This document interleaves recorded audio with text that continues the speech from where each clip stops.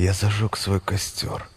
Пламя вспыхнуло вдруг, и широкой волной разлилось вокруг, и рассыпалась мгла в беспредельную даль, с отягченной груди отгоняя печаль.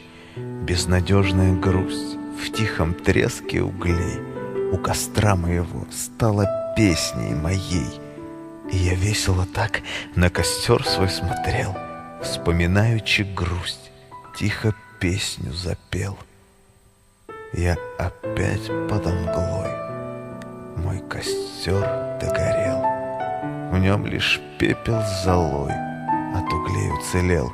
Снова грусть и тоска мою грудь облекли, и печалью слегка веет вновь издали.